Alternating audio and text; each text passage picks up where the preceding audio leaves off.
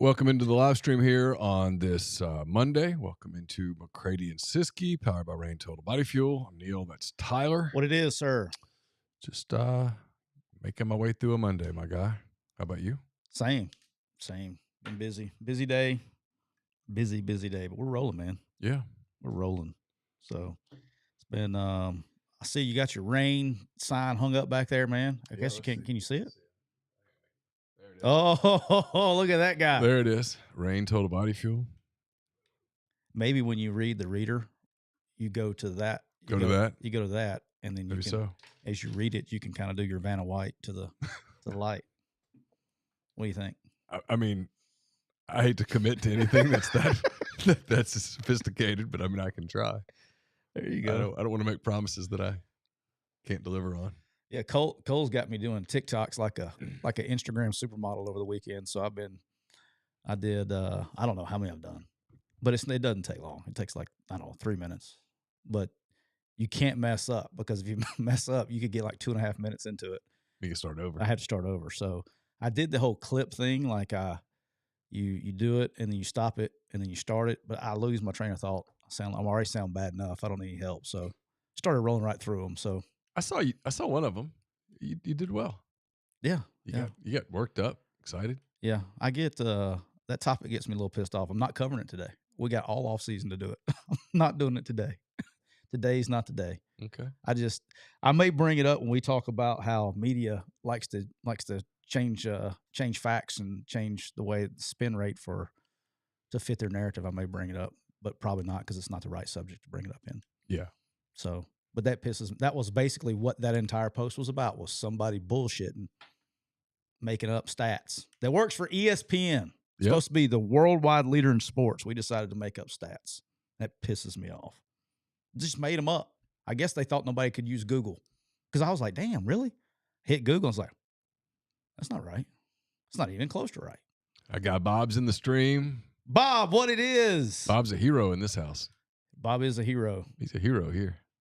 Bob is a hero. Yeah. He's a hero in my house too, because without the old rain, it would have been a long weekend. I thought today was going to be a day where I was going to be pounding some rain. I woke up at 3:30 in the morning, was up till 4, and then made myself go back, get in the bed, and I think I slept a little bit. I was this close to being like, all right, let's just start the day. It's 4. But I really didn't have anything to do. So had it been any other day of the week, I probably would have been up here just rolling at 4 o'clock. Hey, Bob, I'm about to text you something. Let me know on this. So you're going to be on a 30-second delay. So by the time you hear this, it'll already be at your phone. Oh, you find out whether we can talk about his stuff? I tried to call him. We played phone tag this weekend. All right, you about ready to roll? Let's do it. All right, here we go. We'll start us a thread. And start a stream, I should say. And we'll get, not a stream, an audio file. Good God, Neal, wake up. Hey, let's go. Let's do it. Happy Monday.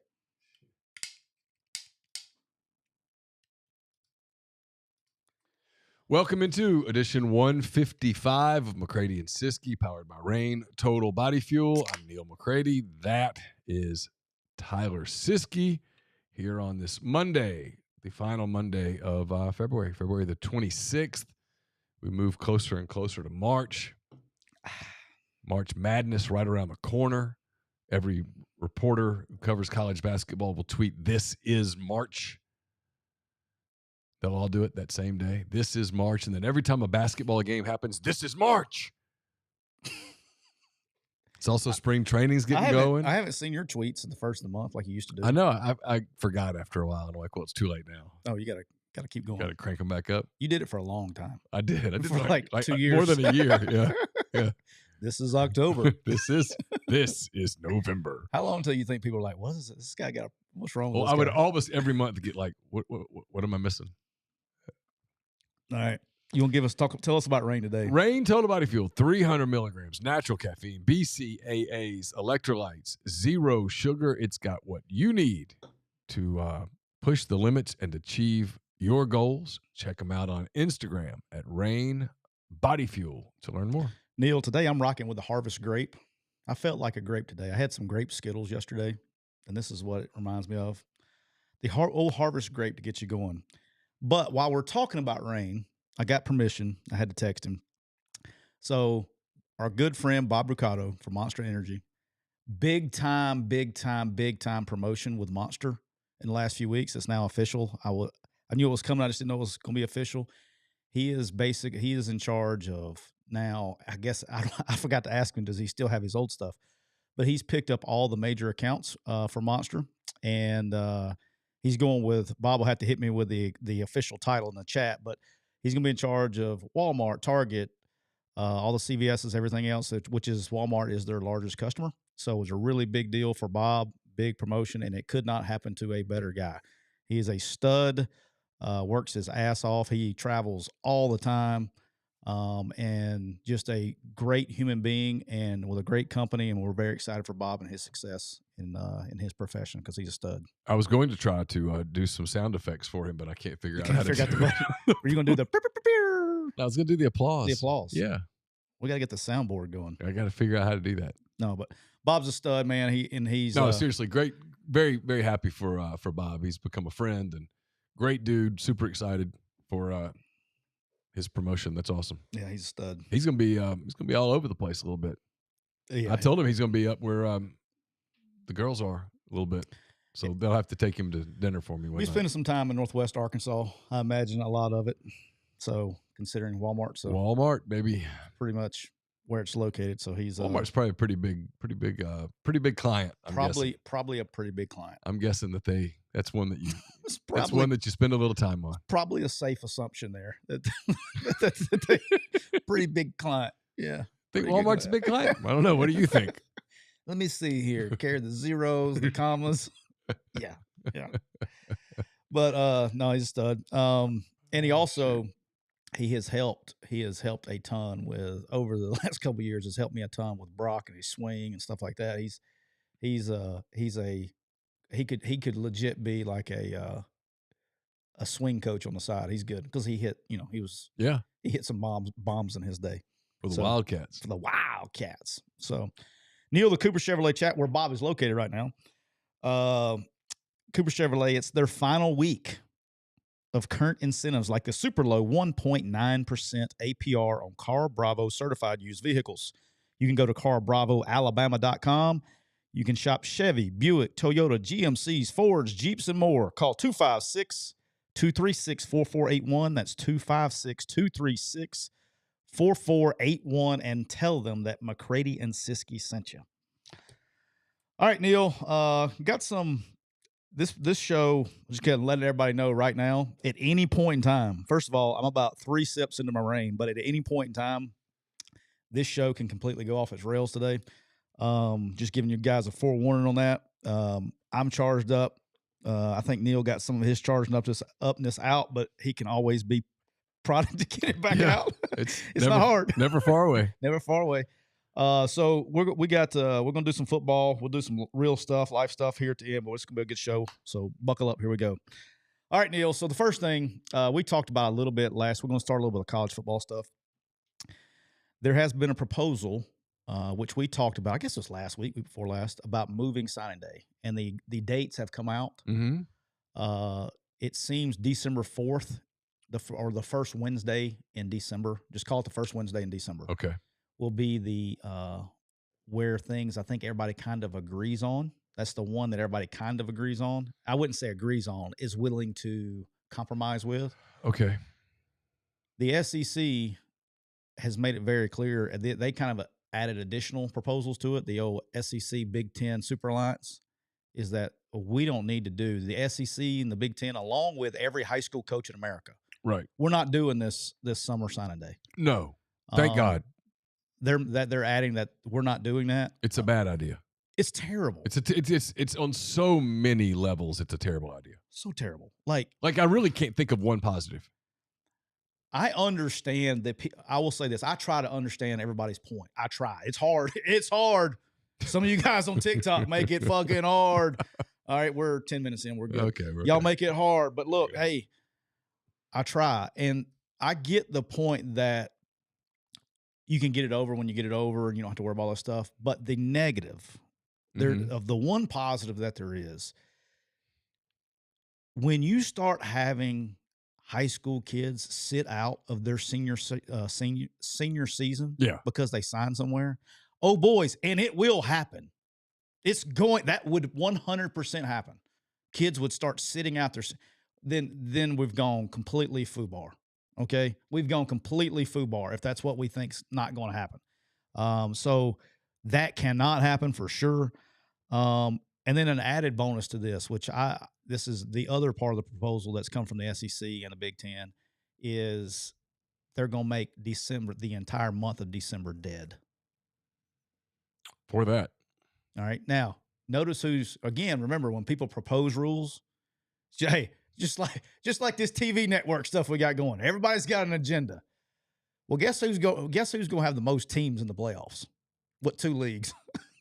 Sun Belt and SEC Big Ten, of course. Right. SEC Big Ten's going to have 9 teams in the playoffs every year at a minimum. So, hey, we're going to make this thing dead. So, because we're going to be like concentrating on a playoff. Yeah. So we don't need to be recruiting. And look, man, which I'm agreement with, by the way, two hands up. It's too much to ask, right? You've got final exams. You got championship week. Portal. You've got the portal going on. It is the holidays. You do have stuff. The December 22nd or whatever signing day was stupid. Yeah. I've met no coaches who liked it. Now, publicly, we have go team, go Tigers. Got to do what we got to do. Got to work. Hey, everybody works. No, they all were if you don't like to work, you can get out. But everyone probably was like, this is stupid, isn't it? Yeah. I mean, literally every coach I knew, I'd say, hey, you like this like 4 days before Christmas thing?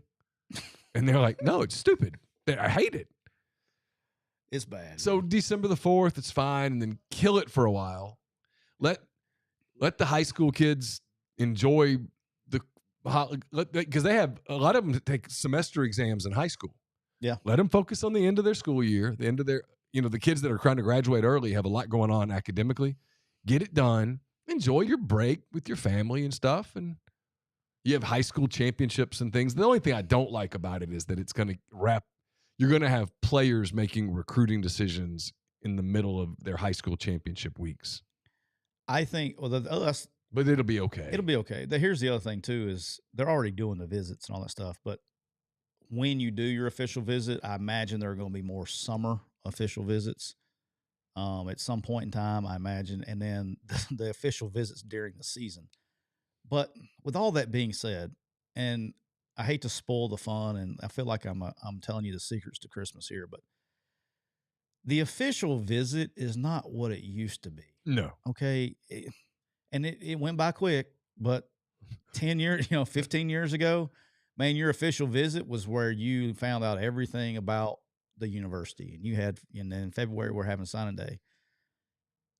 These kids are going to campus 8 times. I mean, between I was about to say between 5 and 10 times before signing day, before their official visit even happens. Yeah. And I was actually on the phone with a client this morning, a Quick U client this morning, and we have part of our software that when a kid comes on an unofficial visit, you can mark what he did. Mm-hmm. So when he comes back for the 74th time, that that, hey, he's already done this or done that. You can take him to a new place. You can keep it fresh, right? Right. Because I always had a rule, and for those of you that mom's going to shoot me here, I always had a rule. Unless he is in engineering or pre-med, don't send him to academics twice. Because if you send him to academics twice, you're going to lose him. Now, you can send mom twice and dad twice, but if you send a kid to academics twice on his visits over the course of a year, you're done. You're out of here. So, yes, academics is important, but they're going to get plenty of that when they get here.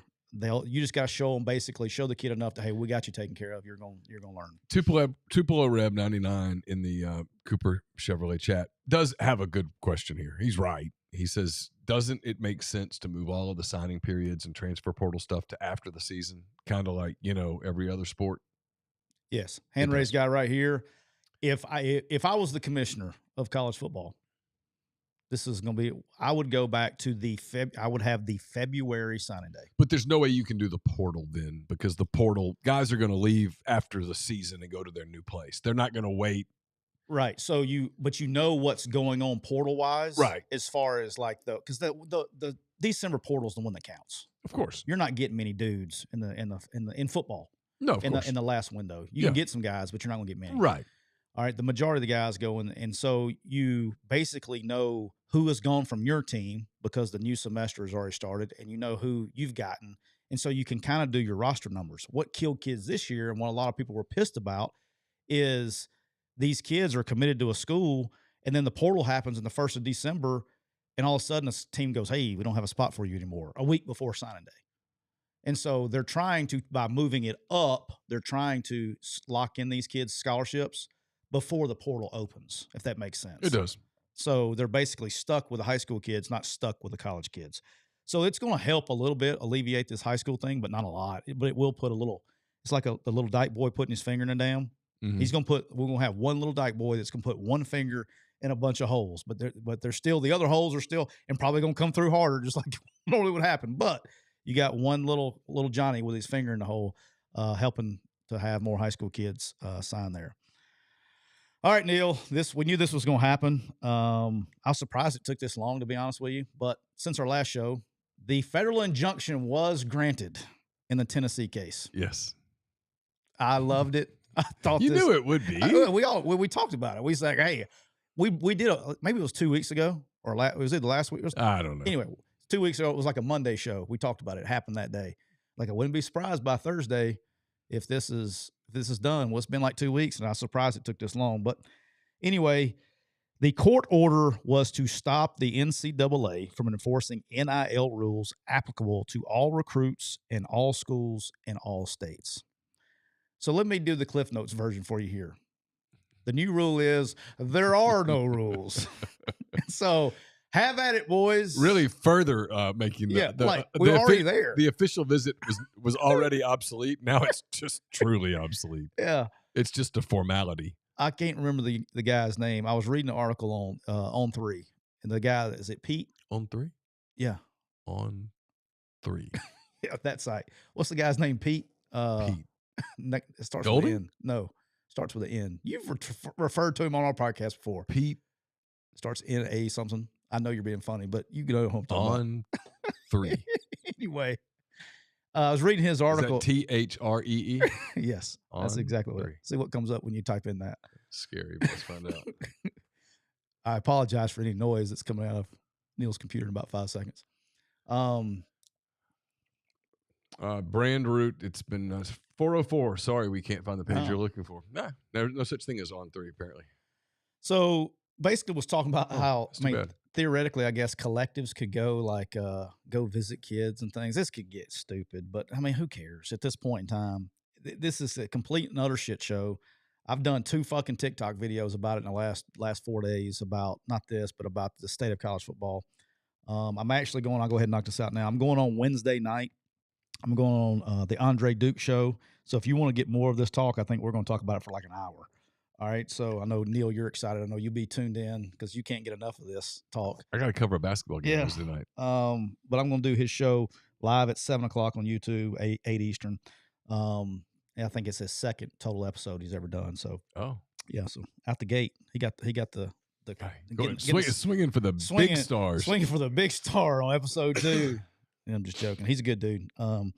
But no, the injunction was granted. And here's at the end of the day, this basically takes the Tennessee infraction case and throws it in a trash can. That's where it was always going.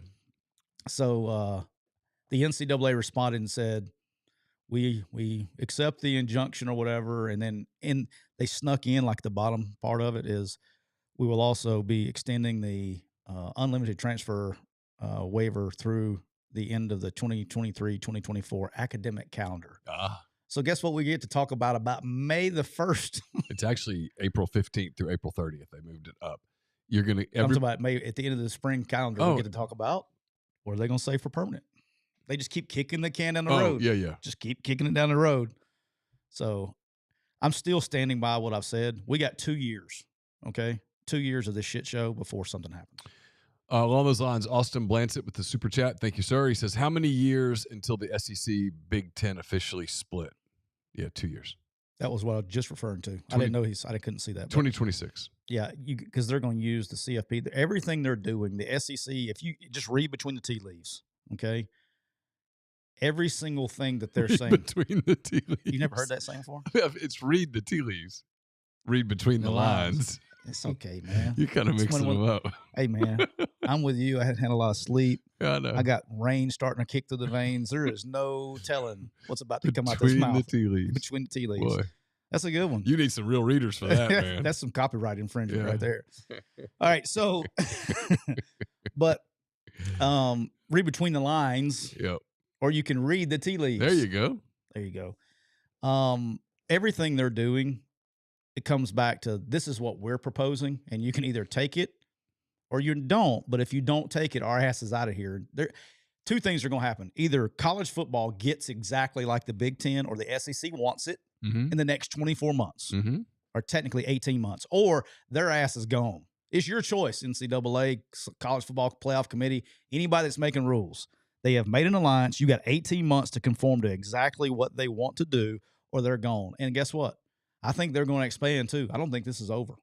Oh no, absolutely. Both leagues are going to expand, probably to 20. And they're going to they're going to tell everybody to kick rocks.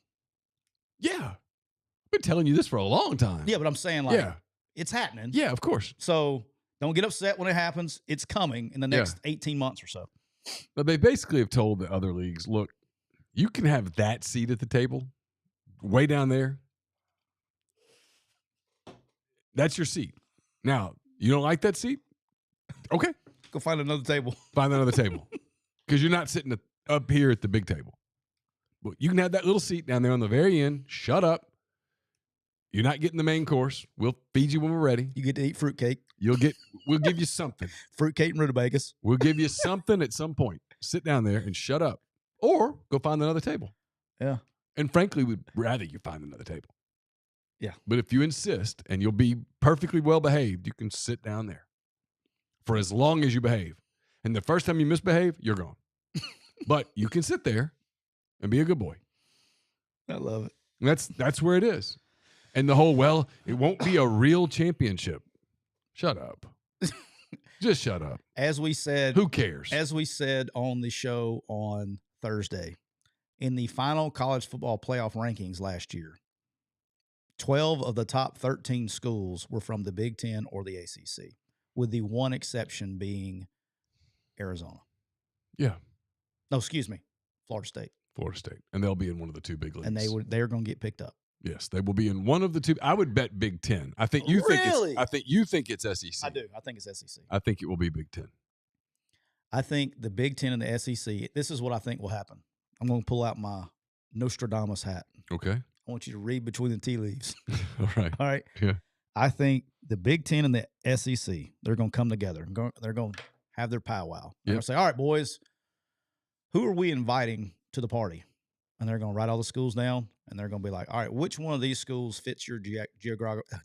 Dude, my brain, I'm all over the place. Which one of these fits your geographic footprint the best? Hey, Florida State, Clemson, North Carolina. Hey, y'all go there. Hey, Notre Dame, come to Big Ten. I think they're going to do What about Virginia? I think Virginia ends up in the SEC. I do too. I think it fits better. I say that the Big Ten allegedly is this big academic deal. They're big on that. Maybe they get snuck in there, but I do think they barter on who they take based on their footprint. You put any stock in the whole Texas A&M to the Big Ten thing? I don't right now. Yeah, not at this. I don't think you're going to have defections between conferences. Now, let me say this: I think now we have broken off and we've decided we're doing this on our own. Then I think you can. Nostra Siskey reading between the tea leaves. I love it. Let's go, PC. Yeah, I'm all over the place today. I apologize, but that's the way we have fun. All right. I agree with you on Notre Dame, by the way. Notre Dame joins the Big Ten. Yeah, it's coming. Hey, they better. They're the ones. They're not on that very far seat, but they're closer to it than they think they are. Hey, is all the power they think they have? Hey, boys. Hey, you better get in line. Yeah, quick. Because I think it's kind of one of those deals. All right, we got this big table, and you're wanting to sit up here on this end of the table. Full. We'll offer you this seat. You can take it right now. If you don't take it, Yeah. Watch out. You see little ACC down there? Yeah. You know those guys, don't you? You'd be like, hey, your game versus Holy Cross is going to be on the CW right after Live. Yeah.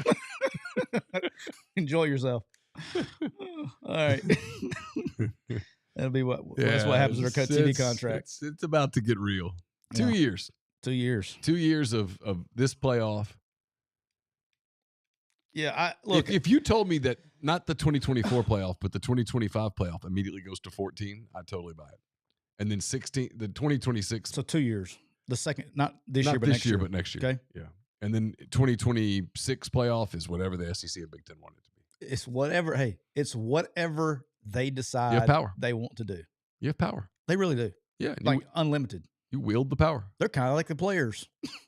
In a lot of ways. In a lot of ways. All right, Neal. You got any bills you want to pay before I get off on the next tangent? We don't have life advice today, but when we do, it's brought to you by our friend Cole Walters of State Farm Insurance. Cole Walters, licensed in auto, home, life, health, business, and pet insurance for the whole state of Georgia. Contact Cole at 706-525-7850. You can also find him at ColeWaltersInsurance.com. In the Cooper Chevrolet chat, Austin said, this show can cure depression. I don't know about that. Oh, no. Cure or create, the two C's. Yeah. We can do both. All right, Neal, I could not help but talk about this. It reminded me, I had so many memories come up. So did you see the Cam Newton fight on social media? I did. Okay. I did. It was at a 7-on-7 tournament. I meant to call Bob and talk to Bob about this. Bob used to do the 7-on-7 stuff back in the day. He had a team. All right, so I had some. This could be some life advice, and I think it took place in Georgia too, right? So this could be some life advice. So could be for you 6 guys. This goes out to you 6 guys that tried to jump Cam Newton. I don't know what started it. I don't know, but 6 dudes tried to jump on Cam Newton, Neal, and he was just stiff arming them and throw them away. Don't feel bad about yourself. Don't let your ego get bruised, because I have watched 11 dudes try to get him on the ground and not succeed either. So you are not alone. Don't feel bad about yourself. Like 11 dudes. I've seen 11 dudes try. I don't think people, like you see him on TV, you know, everybody has. He's a big boy. It's unbelievable. Like how big and athletic to me, he's probably the largest, most athletic human being I have ever seen in person in my life. Like it was one of the probably 2 players that I've ever, in the middle of a game, coaching a game, just was in awe. Like, holy shit, man. Like, who made you? Like, I can't describe. We were playing Arkansas State. So this is Freeze's first game as offense coordinator at Arkansas State. We roll into Jordan-Hare Stadium, and we're getting after him for a while. Like, the game's close. It's like a 1-score game late in the third quarter. And they had this new quarterback named Cam Newton. And he's trying to throw and do all this stuff. And we were a good team. We were a solid team. And I think we jumped out on them in the lead, and we're running our little offense. They have no idea, brand new. And everything's going good. And game got a little close in the third quarter. A little uncomfortable for our good friend Gus. Mm-hmm. So they decided, you know what we're going to do? We're going to start running quarterback run. And I'm like, we'll be all right. This dude runs out of bounds next to me on the sideline. And I'm like, oh my, that's who we're trying to tackle? Like, you're like Andre the Giant. I mean, no kidding. The guy's 6'5". He's probably 255, 60 pounds. Like, his hamstrings, like, look like biceps coming out of the back of his pants. I mean, this guy was fucking huge, man. And he's just playing with our kids. And I'm just like, we're done, boys. And they're like, what do you mean? I said, there's not a human being on this planet that can tackle this guy. I said, he's got to do something stupid. And sure enough, he became Cam Newton in the second half, or late in the third quarter, and they ended up beating us by 10 or something like that. I can't remember what the final score was. But we were in the game for a long time, and nobody knew that it was going to be Cam Newton. The best part about that whole video is that the hat he's wearing, it doesn't even move. He's got his hair tied up on that thing. Well, yeah, he needs a haircut, but it doesn't even move. It's his thing now, man. You know, he puts his hair up on top of his head. It probably takes him it probably takes a professional to put the hat on. Yeah. To keep it, like, he's got to have like a hairdresser or something. Must be nice. Yeah, must be nice. But dude, he is a grown ass man. Like, and then my favorite part, If you got offered a head full of hair right now, would you take it? a head full of hair, Head full of hair at this point in your life? like what I used to be, or like No, a head full of hair, whatever that means to you. I would not. I kind of prefer my head shaved. I think I finally gotten to the point where I'd be like, nah, I'm good. I like my head shaved. Yeah. I used to shave my head when I had hair, much less when I started going bald. I mean, I shaved it most of my college career. 5 years ago, if you said you can have a head full of hair, I said, sign me up. Now I'm like, nah, I'm good. That sounds like a lot of trouble. I had to get haircuts too, which is crazy that I have a bald spot because the rest of my head, I got a bald spot, but I would have to get a haircut every 2 weeks because the actual parts that had hair follicles grew too fast. I just got wore out with that. But so you'll like this.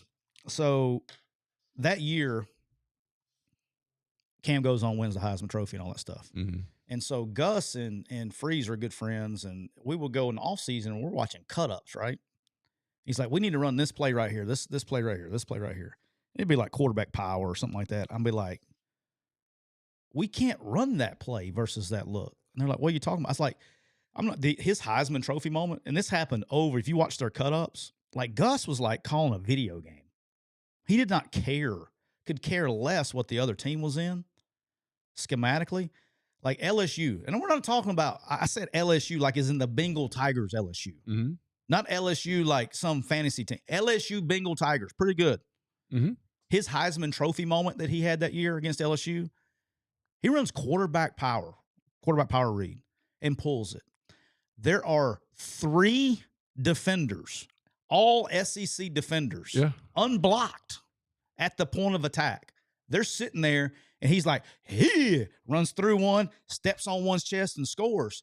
Everybody's like, man, great play call. Hey, great play call. Play call. Hey, that's a great play call. We need to run that. I was like, Coach, if any other human being on the planet runs that play, he's tackled for a 3-yard loss. I mean, he did it the whole season, like because we had all Auburn's cuts.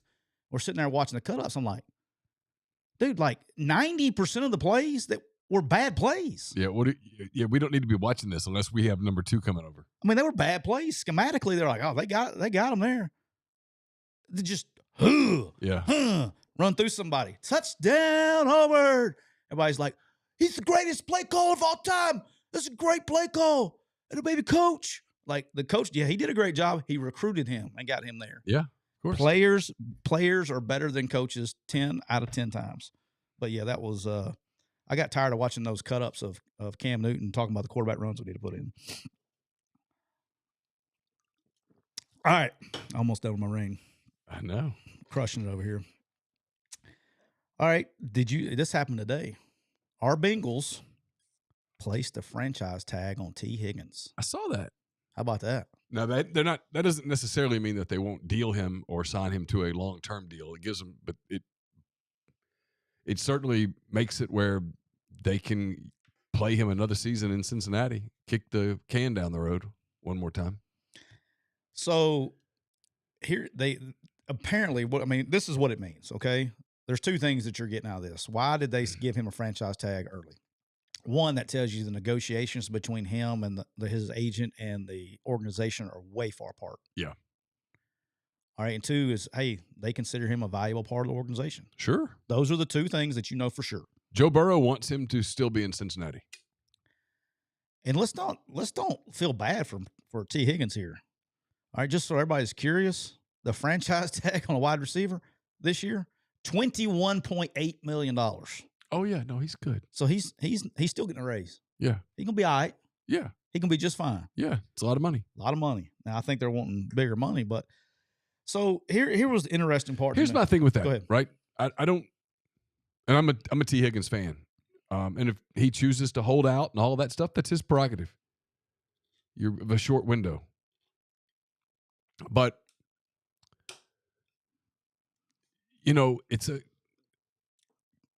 it's a collectively bargained agreement that the players agreed to, and this is part of that agreement. And so when they, not that he has, because I haven't seen him comment at all, but when the players do the screaming from the mountaintops about how they're being treated unfairly, you agreed to this CBA. Yep. And this was part of it.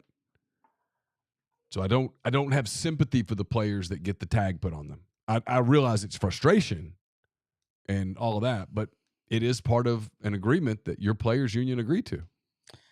So, yeah, agree. Here was the I want to ask you this because Bengals fans here. He is I'd call him a 2A because Tyler Boyd is probably 2B.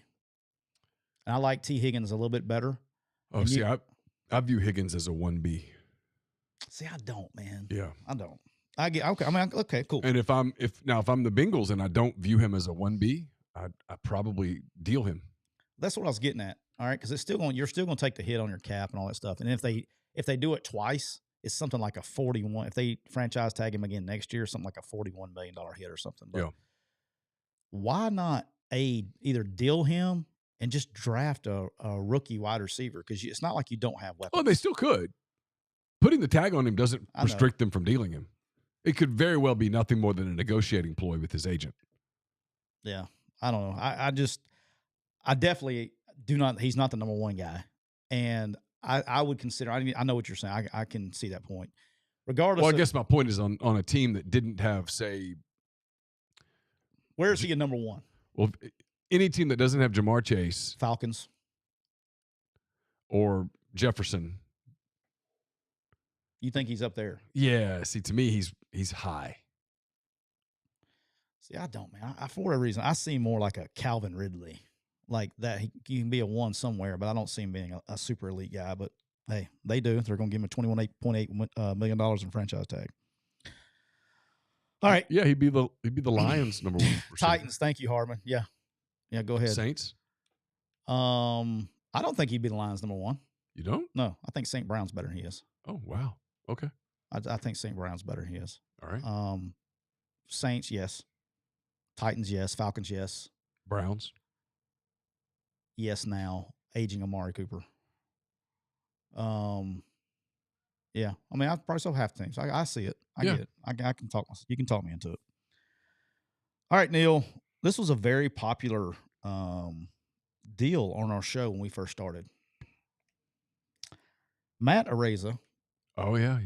We're taking this bad boy back to episode 1, 2, or 3. 1, 2, or 3 early. The punt god. The punting god. Punt god. Matt Araiza. For those of you who don't know, never heard of him. He was one of the best punters in a generation to come out of college out of San Diego State. He was drafted by the Bills. So basically, it was like a 4-year, $4 million contract somewhere in there. Goes to the Bills, and in August, before they even start the season, he gets cut amid a civil suit. Yes. That he was named in, and basically accusing him of rape in a civil suit. Wasn't basically accused. He was accused. Yeah, I was. Yeah. Saying basically the rest of it. So without reading everything else, he was accused of rape in a civil suit and immediately cut from the Bills. Mm-hmm. This past December. So a year and a half goes by, 2 full seasons go by, and he gets dropped in December from the civil suit. Right. And also part of that agreement is he agreed to drop his counter suit of defamation of character. Yes. So basically allowed him to get back in the NFL. He paid no money in that settlement. No money in the settlement. Not 1 cent. And this is very important to say this too. At no point was any criminal charge brought against him. And I believe that the accuser had to pay his legal fees. Yes. So at no point did he get charged with any criminal activity. This was a civil suit. Right. And it cost him 2 years of his NFL career. Well, today he gets his reputation. And his reputation. It'll always be there too. That's not going away. No. And he is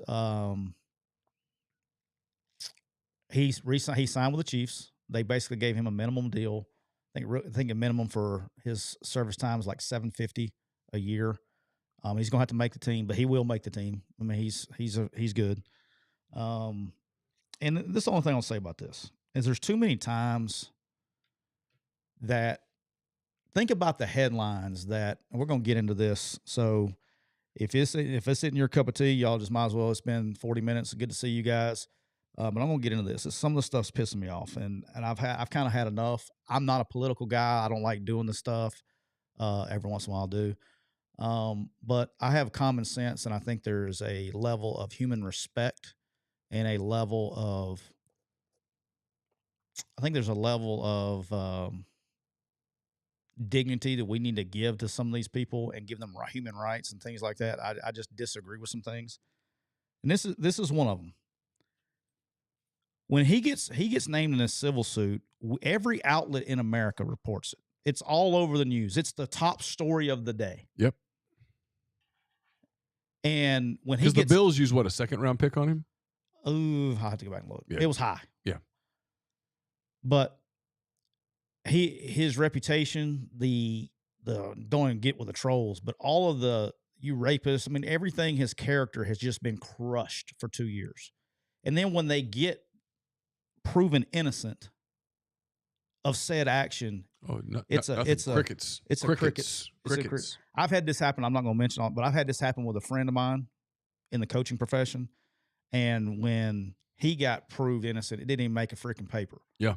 And that reputation follows these people around, and you got to answer questions about it for the rest of your life. Nobody ever says, hey, my fault. I screwed up. I shouldn't have done that. There's no accountability anymore for anybody's actions.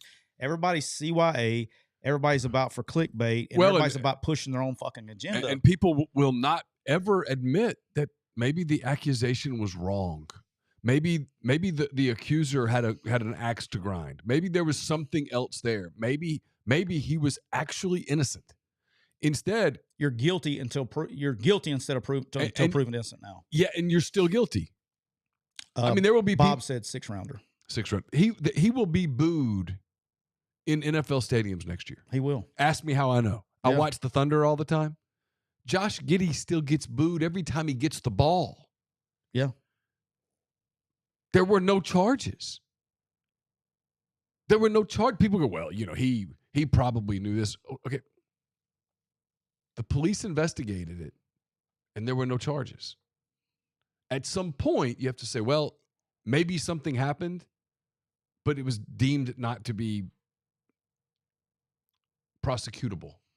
Well, here's my thing is there's a reason we have a justice system, right? Yes. Okay. If you're the NFL or you're the Bills or whoever you are, or you're the public, you're not a damn prosecutor. And so the justice system, they do these things called investigations. And when especially something this serious, okay, he was investigated.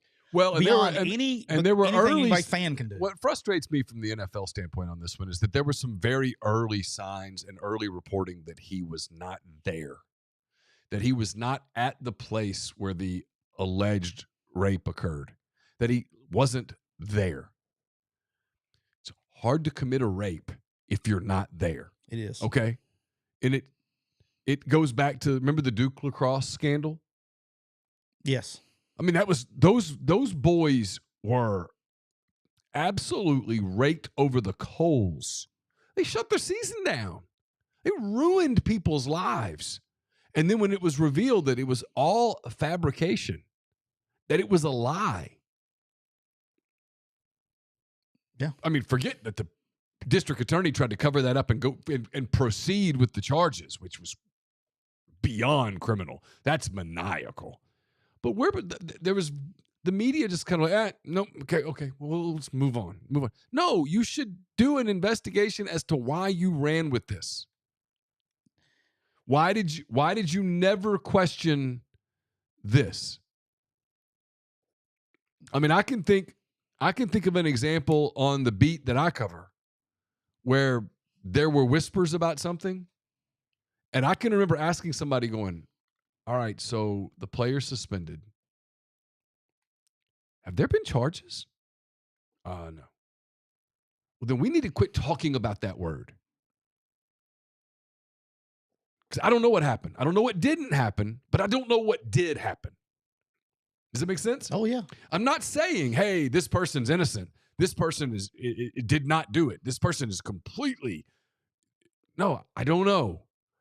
But if I don't know that he did do it, I sure as hell can't dive into it. I'm leaving it alone. It'll play out. In this case, Ole Miss will figure out what they're going to do, what they're not going to do. It'll all come out in the wash at some point. But I'm not using that word.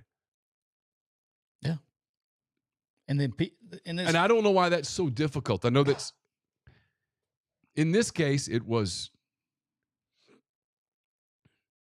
with media. Media right now, they really love them some certain narratives. And if you check the boxes on the narratives, you go forward. If you don't, it disappears. And Araiza checked enough boxes for that to become this scandal. Well, turns out, from everything I've read, and I don't know Matt Araiza. I wouldn't know him if he walked in the door. Right. I'd have never met him. I'm not vouching for him being a great guy or a horrible guy or anything. I have no idea. Same here. Never met him. Don't know who he is.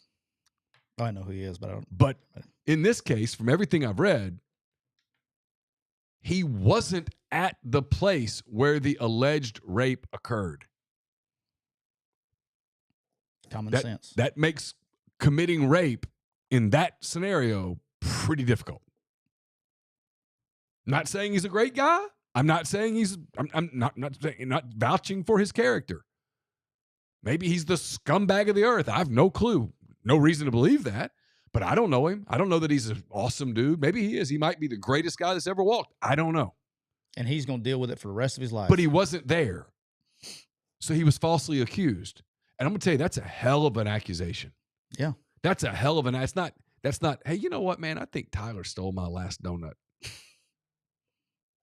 You know what? I think Tyler took I'd probably be guilty. I think Tyler grabbed a beer on his way out. Also could be guilty. Yeah.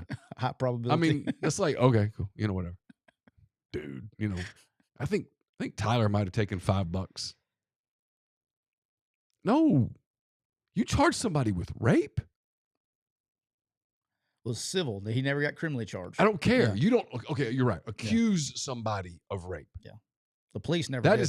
that is not an accurate. Yeah, and that should have been assigned to the Bills. The police never took this anywhere. Some DA somewhere, knowing he could prosecute an NFL player, looked into it and said, I don't think I could even get a conviction. I don't think I could get a conviction. I should not take this to trial. Yeah. Anyway, that's where we are right now. And that's not a good place. And Bob, and I think it was Jeffrey in the Cooper Chevrolet chat brought up Trevor Bowers going through the same thing, right? So, and he hasn't been. Yeah, the Bauer thing, man. I've read a lot about that too. And this is the part of the Bauer thing that really bothers me.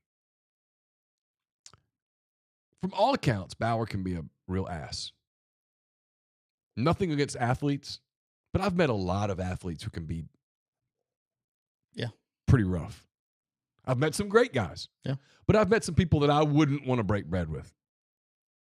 They just happen to be able to run fast or throw it hard, hit hard or whatever. Bauer? They've tried everything in the world, the people that are accusing him, to get him. They've never brought charges. The civil stuff has been dropped when judges have heard it. He's had his day in court, and the judge in the case basically threw it out. He served a 2-year baseball suspension, lost $50 million. At least. And now no Major League Baseball team will touch him.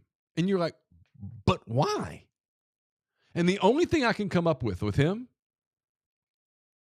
you don't like his political beliefs. He's a little outspoken. He's being persecuted for not being a bad guy, for being outspoken with some opinions. The hell of a pitcher. You're telling me that Trevor Bauer's not worth a minor league invite? The Braves could use him. And teams are like, well, like the Pittsburgh Pirates. Yeah. You have a chance to get a guy that's has tremendous upside. How about the Pirates with Bauer and Skeens? He has said he would sign a minor league deal. Yeah. So there's no risk attachment financially, right? If you sign a guy, like the Cubs just signed Garrett Cooper from the Marlins to a minor league deal. What does that mean? That means that if he makes the bigs, he gets a contract that's been agreed to, probably something close to the major league minimum. Yeah. If he doesn't get that money. You just give him whatever you paid him to go play minor league baseball, which is peanuts. You're telling me that's not worth the risk, but they're not taking that risk because people go, well, it would just be too much of a PR hit. Why? Because he checks the wrong boxes? Because that's the answer, Tyler. That's the 100% the answer. Because he checks the wrong boxes. He's not the right demographic. He doesn't think the right way. He was outspoken about the COVID stuff. So he doesn't check enough of the progressive boxes. And so many people in my field who cover Major League Baseball are incredibly progressive. And this ownership goes, they're going to rake him against the coals. We're going to take this beating in the media. And you are. But your job as a Major League Baseball team is to win games.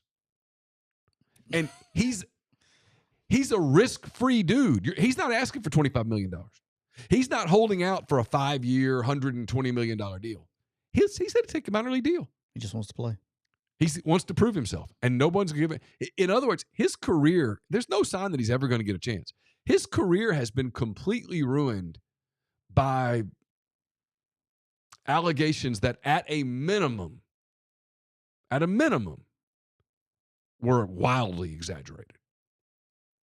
Yeah, and again, when it all breaks, think about another example with Trevor Bauer. When all the news breaks, you remember all the freaking posts and stories and everything that came out. And then when he got deemed innocent, when did that come out? It didn't. When he ran on social media with the text screenshots of the text messages, they accused him. The same people accused him of having a relationship with his agent. His agent is Rachel Luba. Mm-hmm. There's absolutely no evidence whatsoever that the two of them have a romantic relationship. None. And yet people threw that innuendo out there. Because she's a female. Because she's female, and they don't like him. And he fought back. He didn't, from all accounts, give his accuser anything. In fact, I'm from everything I've read, he was defiant about it. He never settled. Could have probably made it go away multiple times by settling. Instead, he had his day in court. No doubt. All right, I want to use that to lead into this. I know you talked about it this morning. I want to say what I got to say, and then I'm sure you can comment on it. And it kind of piggybacks off that. Is the tragedy that happened right outside the Georgia campus on the intramural fields, or right out the trails outside the intramural fields. Lake and Riley tragedy. I know you had said some things on social media over the weekend. I saw them. I wrote about it in 10 Thoughts. You wrote about it in your 10 Thoughts piece. I read that this morning. But where I get, and it goes into all this, I don't understand how. I do understand, because it's political season, how people can live with themselves reporting and spinning things to fit their agenda at somebody else's expense. Where I get really, really, we talked about it with, when it comes to gun safety and all the stuff in the Chiefs thing last week or 2 weeks ago. I have a major problem when there's a tragedy that happens to a young girl, a young man, it doesn't matter, but in this case, a young girl, her family have lost this young person that had nothing but her whole future in front of her. We spin this to try to meet some kind of agenda that I have to try to get reelected, or spin it to some kind of agenda. And we don't address, now we're going to make it political now, but we're not going to address if we're going to make it political, we still don't address the real issues. And so I have a really, really, really big problem with that. And it bothers me to death. And so talking about that, and this particular case, this guy crossed the border, and was released. And my deal, if I'm again, this is my political thing. This will probably be I think it's maybe my first political comment ever on this show. The border issue is so out of control, and this is not going to be the first problem. It's not the first problem. It's not going to be the last problem. The next quote unquote 9/11 that happens in this country, the next big thing, is going to be a result of that. Agreed. 100%. You can, and if it gets buried on all the little social media platforms and all that stuff, but when you go and you hear anybody that knows anything about border security talk, they're not worried about stuff over there. They're worried about stuff here at home. Of course. And all of our viewership, what we get pushed through us on media, and what we get tried to train to be, how we get trained to think by worrying about everything that's going on across the globe.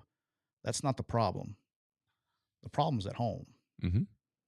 And 100%. And this is just another example of that. But again, this is a tragedy. It should be reported as a tragedy and call it for what it is. Don't change and spin things to protect your agenda, because it happened. It doesn't check enough of the narrative. It happened. They felt like they had to report. They did. It happened. Everybody picked it up. So every news network had to pick it up.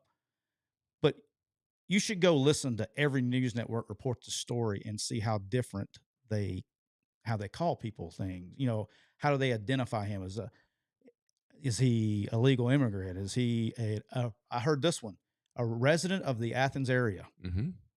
Like the spin the things. Associated Press referred to him as an Athens resident. Is that who it was? Yes. But to also put out a story about solo athletes. She wasn't a solo athlete. She was a nursing student. She had just graduated from the University of Georgia. She ran recreationally with her friends. One of her friends was training for a marathon, and she would run sometimes with her. She enjoyed running. That doesn't make her a solo athlete.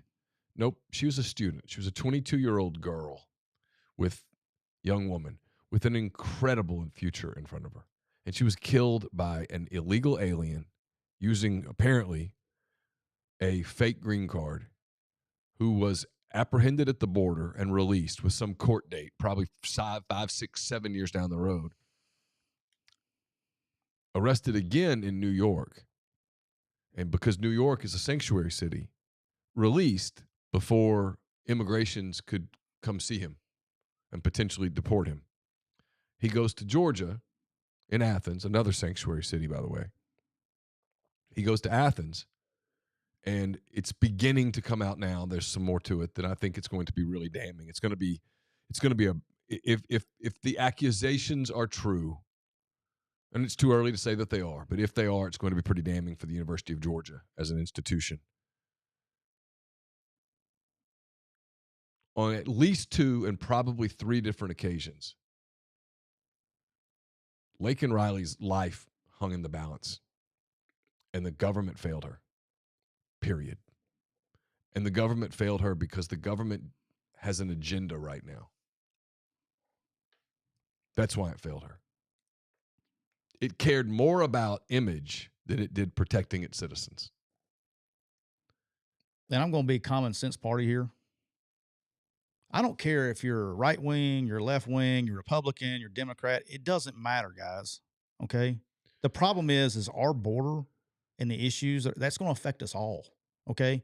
Because when things happen, they don't go, excuse me, what is your political affiliation, before they commit a crime? They don't ask that.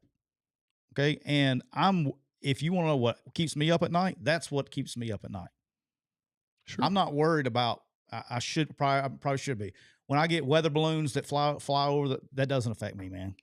You got a weather balloon fly over, hey, if it's going to be whatever, guys, it's whatever. But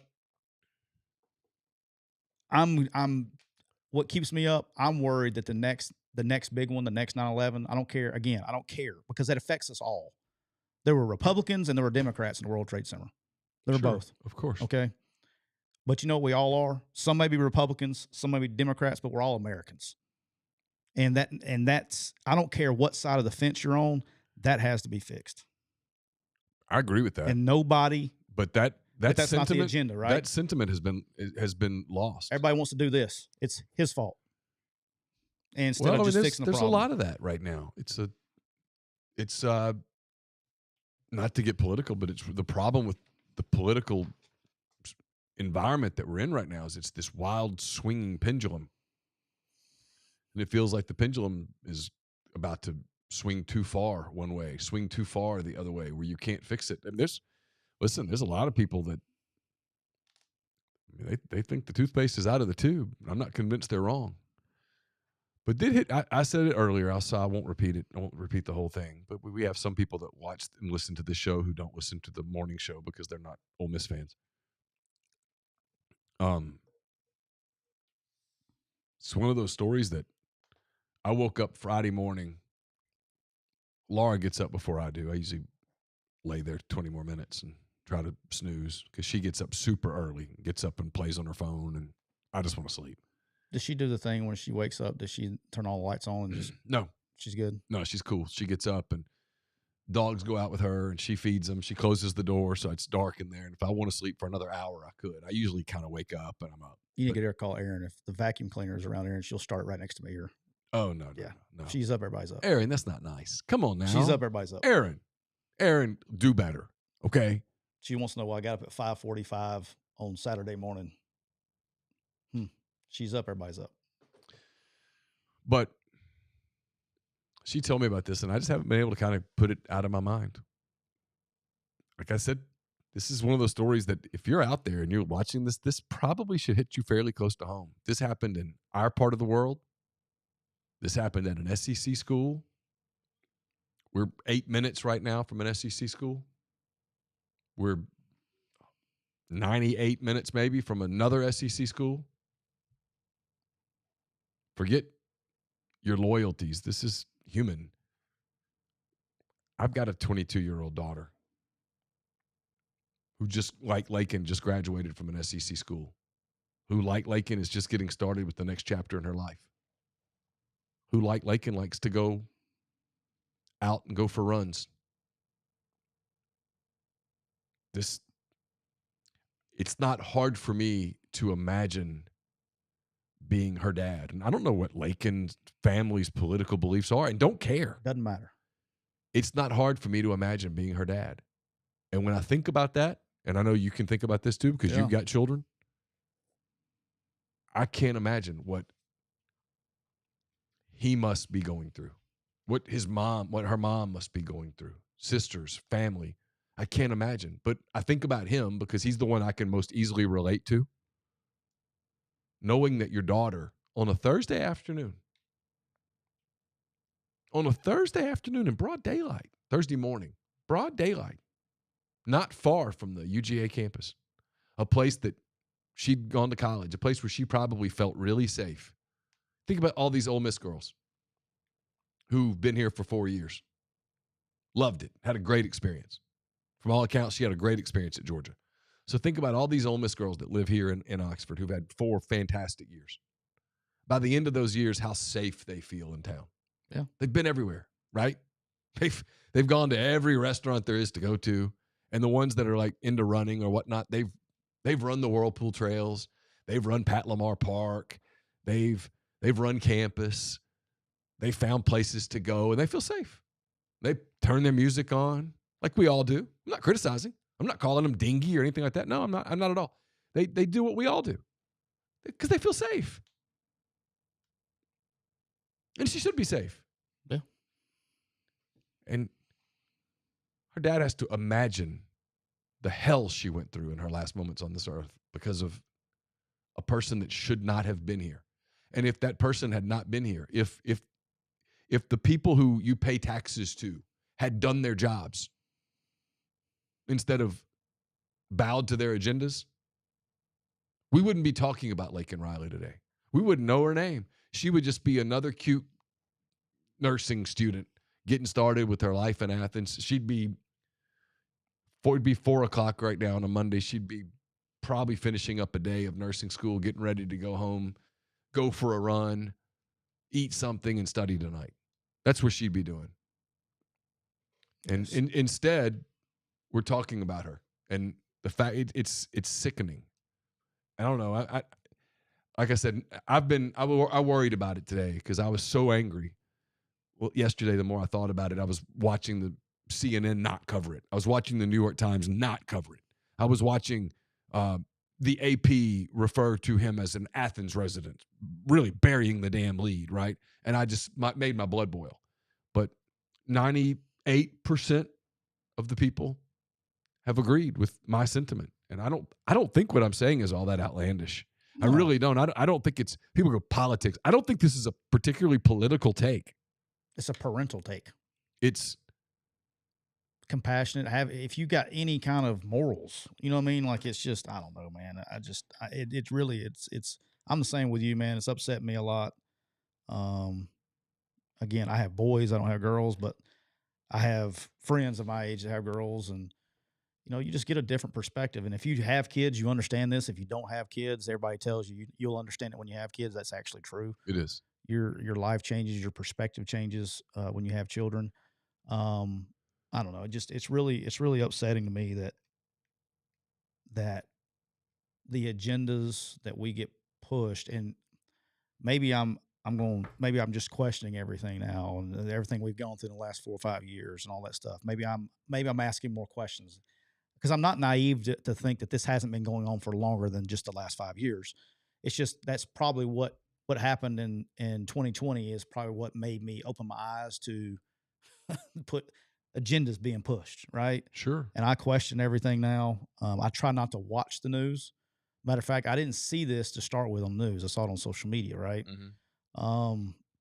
But when now I've gotten to the part where I go on the news to see what is actually being covered versus what the actual things are, right? And it's well, as someone who's in media, who's been a reporter and all that stuff, I'm always interested in how things are covered, and it's becoming, they're not even trying to, the shell game where you hide the ping pong ball, they're not even trying to hide the ping pong ball anymore. It's just right there. You see where it is. I mean, if it checks certain boxes, you cover it.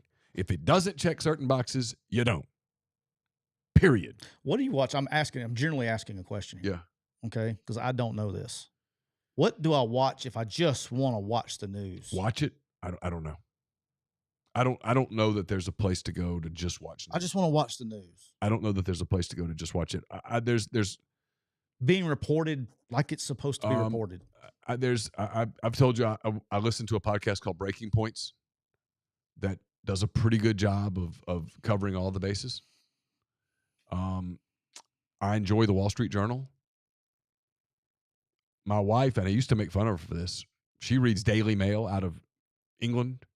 Okay. All the time. I used to make fun of her, like, what are you doing? And now more and more, I'm like, oh, they cover it more thoroughly than most American outlets.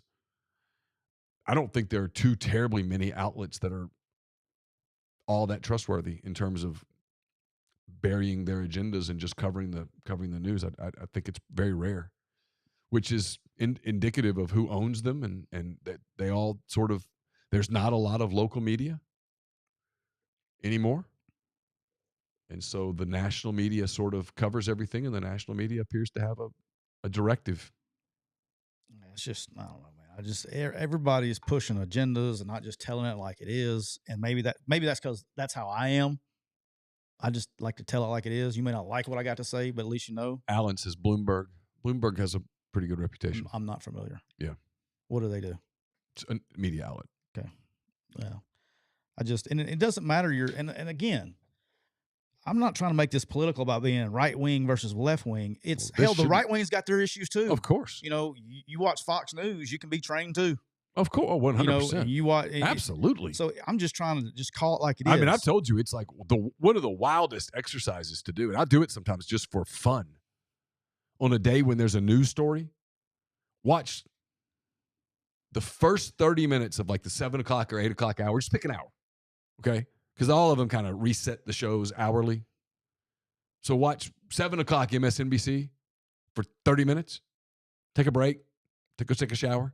And then at 8 o'clock, turn on Fox News and watch the first 30 minutes. It's like, man, what?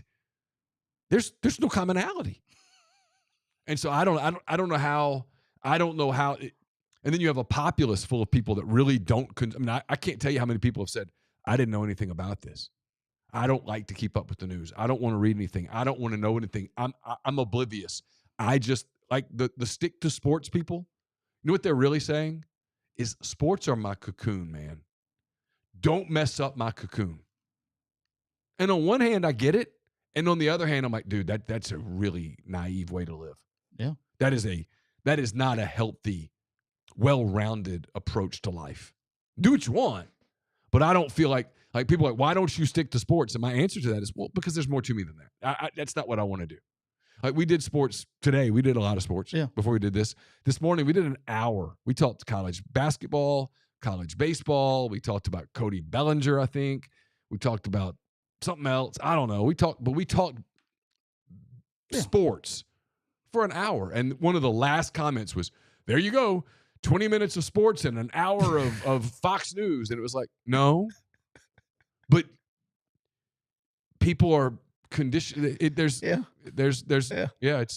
don't know. Maybe we should start our own channel and just call it Just News. Just News. Well, but Scoops and Cisco. This is where I'll be honest. I don't know that I would be. I don't know that I would be good at that unless I could find someone who would do it with me, who sort of viewed life through a more left-wing progressive prism. I don't have a prism. Yeah, but that's one of the reasons I like. I like breaking points. Is because even though I know that there's one it's two main people. One's somewhat liberal and one's somewhat conservative. But the very first time I heard them, they like blew apart like 8 people. 4 or 5 were liberals, 4 or 5 were Republicans, and I was like, Democrats, Republicans. I was like, oh, this is awesome. This is the show for me, because I don't trust any of you people up here.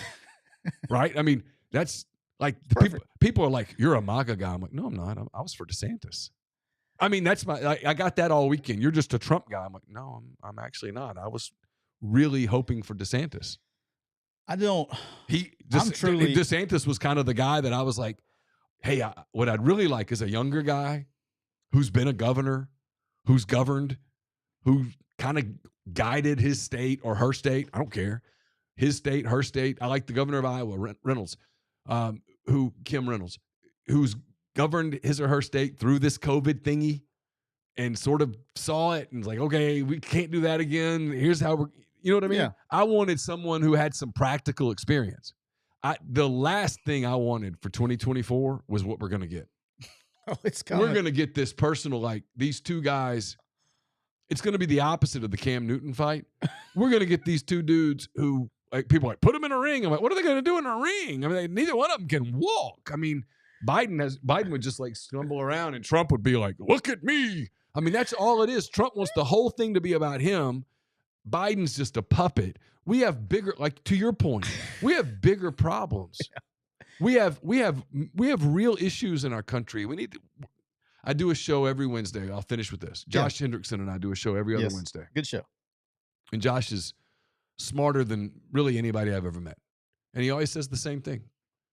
We're not a serious country. And these are serious times. And that's not a great equation. No, it's not at all. Hey, that reminded me when you were talking about the Trump-Biden thing. Did you see any of the SNL Saturday night or any of the skits? I saw some of it on Sunday. Did you see the SNL skit? I laughed so hard. I couldn't. I mean, I Which one? The skit about the tennis shoes, the Air Trumps at the basketball court. No, I didn't see that. You haven't seen it? I didn't see that. So it's like some guy playing pickup basketball. He's like, he shoots a air ball or whatever, and he's like, and everybody's like wearing him out. You suck. You can't shoot or whatever. He goes to his locker in the gym. Yeah. He's got this nice box of shoes, and it says, "For you're out or whatever, wear these special edition Air Trumps." And so he opens it up. They're like gold or something. Yeah. He puts it on. He puts on the shoes, and he goes up there and he shoots. And the guy goes, "Why did you miss the shot?" And it like transforms him, and he starts looking like Trump. He goes, "I did not miss that shot. Did not miss that shot. Matter of fact, it went in. Nothing but that." He starts talking about all that, and like his boss is on him. He goes, "How about you give me your office?" And the boss goes, "Man, that's a great idea." And Did you watch the gambling skit? Hang on. At the end, the guy that was talking smack to him on the court, he starts he gets a pair of Air Bidens. Oh. So he puts a pair of Air Bidens on his own. He takes one dribble. He has the sunglasses on, takes one dribble and he goes, I'll send it to you. That shit, that was great. It made me laugh. All crazy. Good stuff. It's all crazy. It'd be funny if it weren't so sad. All right, that does it for this show. Appreciate everybody for being with us. For the record, we did talk sports. So when people say you didn't talk sports, yes, we did. 53 minutes worth. I looked. There you go. Been brought to you by our friends at Rain Total Body Fuel. 300 milligrams natural caffeine, BCAAs, electrolytes, and zero sugar. It's got what you need to push your limits and achieve your goals. So check them out on Instagram at Rain Body Fuel to learn more. For Tyler Siskey, I'm Neal McCready. We'll be back on Thursday with episode 156 of The Big Show. Until then, have a great week. Stay safe out there. We'll talk to you soon.